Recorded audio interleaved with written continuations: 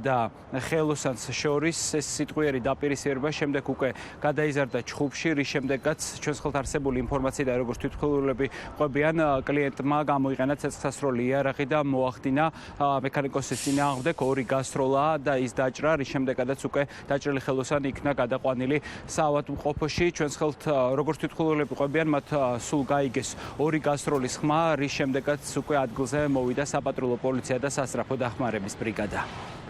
რამდენი გასროლა იყო? არის თქვა ჩაკუჩების მასში რას გაიგებ? დაიჭრა ვინმე?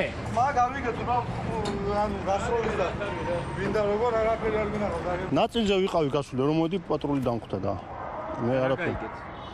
დაჭრეს ბიჭიო და ცეცხლსასროლი იარაღით? მე მგონი ავტომატით.